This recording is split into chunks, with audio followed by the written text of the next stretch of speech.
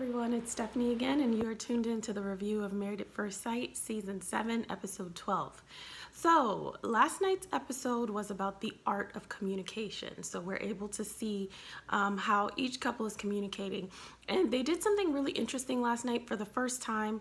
I know that in past seasons, they may have run the tape back for a certain instance, for example, like Molly and John last season.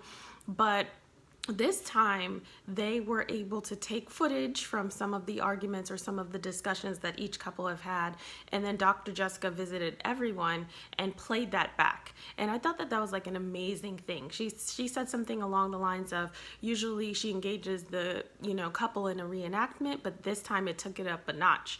And so they showed a video of a past discussion or past argument that they had. So I believe she started out with Mia and Tristan. If she didn't, then we're just going to start with Mia and Tristan.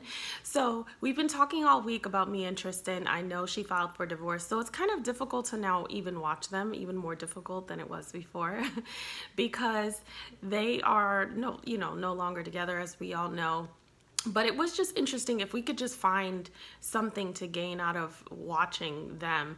It was interesting to watch their dynamic. I think we've all been able to kind of see, Tristan tends to be a little more elevated, and Mia tends to be kind of shut down. But we were able to kind of dig in and see where this stuff comes from, specifically for Mia, because, we saw the video of where Tristan was laying in the bed and kind of, elevated and sometimes yelling at how he felt that he couldn't trust her, etc., with past issues. And we saw that Mia shuts down. And what was interesting to see is that I don't think Mia even realized that she shut down. And a lot of us can do that, where we think that we're presenting in a relationship or we're presenting in a certain situation in a certain way, but we're not. But it's hard to see it when you're in it. That's why the objective view is so awesome. That's why a third party is so awesome, because they're able to help you see something that you can't. Because clearly she freezes, and we've all been talking about that. Her freezing in the moment and, not really communicating, and Tristan being the complete opposite, where he yells or he's super passionate and he over communicates, and he's more goofy and funny. And so we're able to see, that she talks about the way that she grew up. She was even timid in the way that she was describing her family. And for me, I was thinking maybe she just doesn't want to put her parents on blast. So, she tiptoes around how she grew up. And so there clearly is some stuff there that has molded her into being someone who shuts down or is not assertive. She said that she thinks she's defensive, but she's actually defenseless when she's in an argument, because her coping mechanism is to shut down and kind of recoil until things die down. She doesn't do well in dramatic situations. And so we watched Tristan get very emotional. I don't know where the excessive emotion came from. I felt like that was an over dramatization or something, because then he came back after the commercial break and he was fine, and he just said he felt bad for the way that he engaged with her. So I don't know if anybody caught that, but that certainly won't be winning an Emmy, because I missed it. I didn't get what was going on with him leaving so emotionally abrupt, and then coming back and just kind of saying what we knew, which was okay, now I kind of get what's going on, and I get it, and I want to do better. They still are on board, talking about Houston and her being comfortable. And, I'm not going to waste too much time on them, because clearly they're not together anymore. So that was Tristan and Mia. But I will continue. If I see something, I will continue to point it out, so that us as viewers watching it, we can kind of, educate ourselves as well as entertain ourselves, and maybe pull out some stuff that you might be doing in your relationship that you don't even notice. So that is Mia and Tristan. So let's see, Dave and Amber. So listen, I'm very honest about how I feel. And one week I'll, beat somebody down, and the next week I'll pick them right back up. I really support them with where they are, and I challenge them with where they need to be. So sometimes I think Dave is doing a great job. Sometimes I don't think he's doing a great job.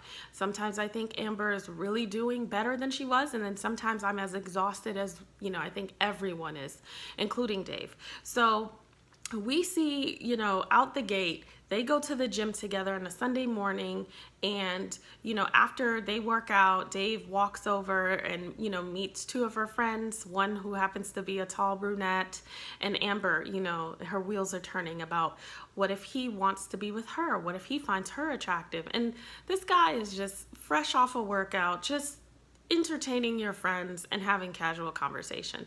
And it's just like, oh my God, she really will ruin her relationship, and not just this one, but anyone you know, after this, and probably all of them before. And I'm not saying that she's the only issue, because we don't know, but we're seeing what her issues are, where there's nothing and she creates something out of what's going on in her mind, which we all have done, but hers are extreme. So she is unable to kind of see that, you know, he's just having a conversation. She's so insecure with herself. Even working out, you know, a lot of us will say, oh, I want to work out and stay healthy and beautiful.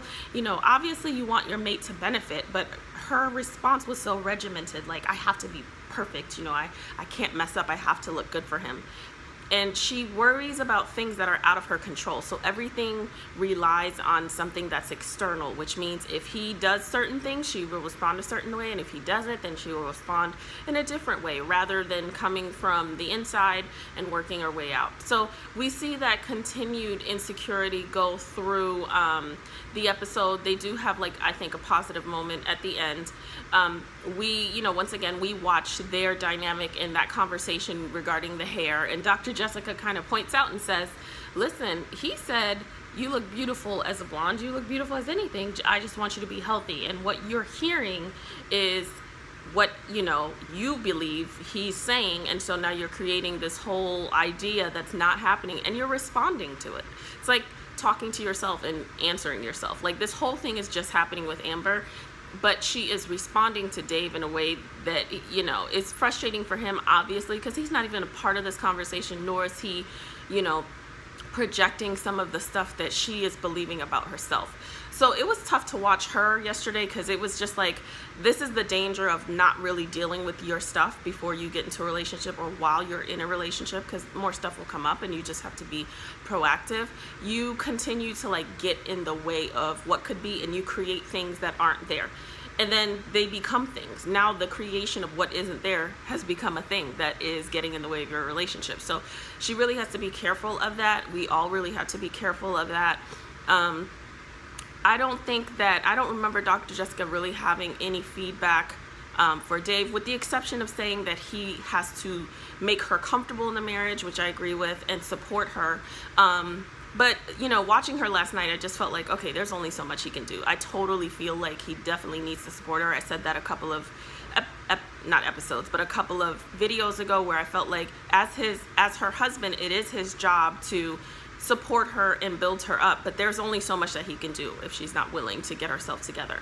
So we watched them transition to this activity where they're up high on something. There's some, like, activity space. I don't even remember what it is, but he is behind her and is blindfolded, and she is in front of him, and she has to lead him. So I found that to be really interesting, because Dave is usually the control freak. You know, it's more like what he says goes. You know, he won't act like that, but it really is. And so to be in a place where he was already uncomfortable because he's high up, and then, you know, you add the blindfold element, so that makes him even more uncomfortable. And this is where you really get to gauge their communication and also their trust. So does he really trust her to lead him into a better space? And I think most of it was pretty rocky, but I think as he really realized, okay, I have to rely on her in order to get to this next place, we found that he made it towards the end, and he did a little bit better about listening to her. One thing I noticed, though, was when he was talking about the experience, he said, you know, she was kind of confusing and she did okay. So there's, you know, be that as it may, she was kind of confusing. There's still an element of control, even in a space where he can't control it, as to how she should have done what she should have done. And I think in that space, you don't really know what you would have done. Maybe you would have been really good at it. Maybe you wouldn't have. Maybe the way he would have communicated with her wouldn't have been beneficial. You don't really know. So he still has to kind of work on just letting things be, because, you know, we talked about her and what she thought about with the baby, what she thought about the baby last week, and kind of her issues around that. But I feel like his regimented nature is not necessarily the best for children either, because they kind of come in and they take over. It's their schedule, it's whatever's going on with them, and he has to learn to be flexible before he transitions into that role if that's what he wants to do. So that is Amber and Dave. Last but not least, Danielle and Bobby. So Danielle and Bobby, we see them meet with Dr. Jessica as well, and she shows the video of when Bobby basically says that he loves her. And I was like fuming again, because I thought she said aw, or maybe she did and they just didn't show that, but she just kind of grins and gives him nothing. And we're starting to see Bobby, whether he wants to admit it or not, we're starting to see Bobby begin to really feel the lack of emotion. Now it's not like, okay, I'm waiting for the emotion and that hopeful fate. He is feeling the lack, and so now he's falling back into the experience of not getting any versus experiencing the desire to get some. So he's going to get frustrated really quick if he isn't already. Dr. Jessica gave her some feedback about really opening up emotionally, and she kind of keeps saying, I wasn't raised this way, my family wasn't this way, and I get it, but when you're aware of what your limitations are, you're also responsible for moving beyond them. So it's not enough, that we say, okay, well, this is why I am the way I am. So what? Because we all have a story. So do you want to be successful in a marriage? I've never done this with anybody else. Well, you've never been married before. So now you have to step it up and you have to move beyond your comfort zone. So Dr. Jessica cuts her some slack and says, you can write him a letter, because she says that she would love to write. Now, I like that idea. I've often told, clients to either journal, or if clients didn't like to write, I would say, okay, use your voice note, do a voice journal, stuff like that. You kind of tailor things to people, but I feel like Danielle really needs to be challenged. So I don't know that I would have done that, because if you love to write and that's your comfortable place, I don't necessarily want you doing that, because I feel like you know how to do that. That's not what we're working on. But Dr. Jessica did add that she has to read it aloud to Bobby. So I was like, okay, this is cool. This will make her kind of step it up a little bit. So she writes a note to Bobby towards the end of the episode about how she feels. But I don't know, we kind of call them puppy love and how immature they come off. And I don't know if anybody caught the bubble letters and the decor. It took me back to 8th grade when I was writing the name of the guy I had a crush on and doing all the markers. So I was like, oh God, I want her to grow up. Your husband is desiring these emotions and you've got to step it up. And so what that you're uncomfortable? I don't care.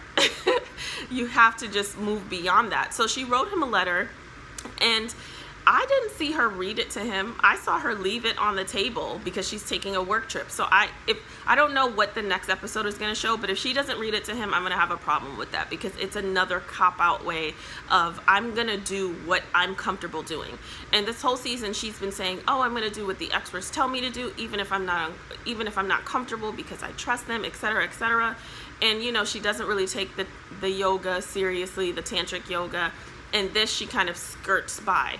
And if we back it up to before her writing that letter, she has a business trip that she's taking for about 3 or 4 days. So she's packing and she asks, are you going to, how much are you going to miss me while I'm gone, on a scale of 1 to 10? And Bobby, before she can get the word out, Bobby says 10. And so that's super sweet to see. And Bobby's like, I enjoy our time in the morning. I enjoy our times in the evening, just very fluid with how he feels. And she doesn't say anything again. She doesn't deserve him. I'm at that point where I'm like, she doesn't deserve him, because this is not cute anymore. This pamper attitude is it's really unattractive. It's gotten very unattractive. The first thing that she says is, I'm definitely gonna miss someone making coffee for me. Selfish. So you'll miss the thing, but you won't miss the person. And if she does miss the person, hell, we don't know. We can't tell. And the fact that she can kind of spit out what he does for her is very telling. She might really have deep feelings for him, but she also has very deep feelings for what he can do for her. And then she says she'll miss her dog, Henry. So it's now not that you can't say that you have emotions towards certain things. You can't say it towards him, towards your husband. I think the most important person in this whole scenario, you can't say it to.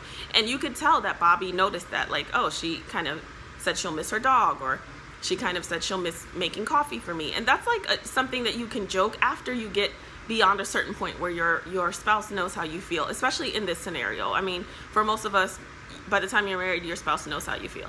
Doesn't mean that you don't need to say it, but it's very different. But here, Bobby is like begging for anything, you know, and he had said that he loved her already, and she didn't say anything. And even an I miss you, and I miss you is not an I love you. And she's still not giving him that.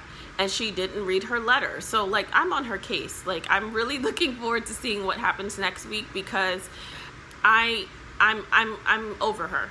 In a nutshell, I'm just not seeing the reciprocity, and it's not in a very tit for tat way. It's just like both of you guys pouring into each other is really important. And you know, they have dinner at his parents' house, and she's talking about how excited she is, you know, to be a part of this family. She also has lunch with, you know, his sister and the mom, and they talk about children, and, you know, they're not on the same page. They're both stay-at-home moms, and Danielle's not really that type. And, you know, she's seemingly excited to be a part of this whole unit, but she's giving nothing to no one. And she's resting on the fact that this is just how she is. And be that as it may, you have to step it up, and you just have to do differently, especially with your husband. So that's Danielle and Bobby. Their issues are not, aside from the fact that they're in this perfect space where, like I said several weeks ago, they're walking on eggshells at this point. It's not that things aren't annoying. It's just that we won't ever get to know them, because there's no way that things are never annoying. It's just not, it's not possible. It's not realistic. No one's asking for some major thing, but there's nothing that is perfect. So at this point, besides kind of watching their dynamic, I'm also questioning a lot of their dynamic. You know, what is really authentic and what isn't, because now we're like privy to the fact that some stuff is just off camera. So that is pretty much it. Let me know what you think, and we'll chat as we always do. I hope everyone have a wonderful week.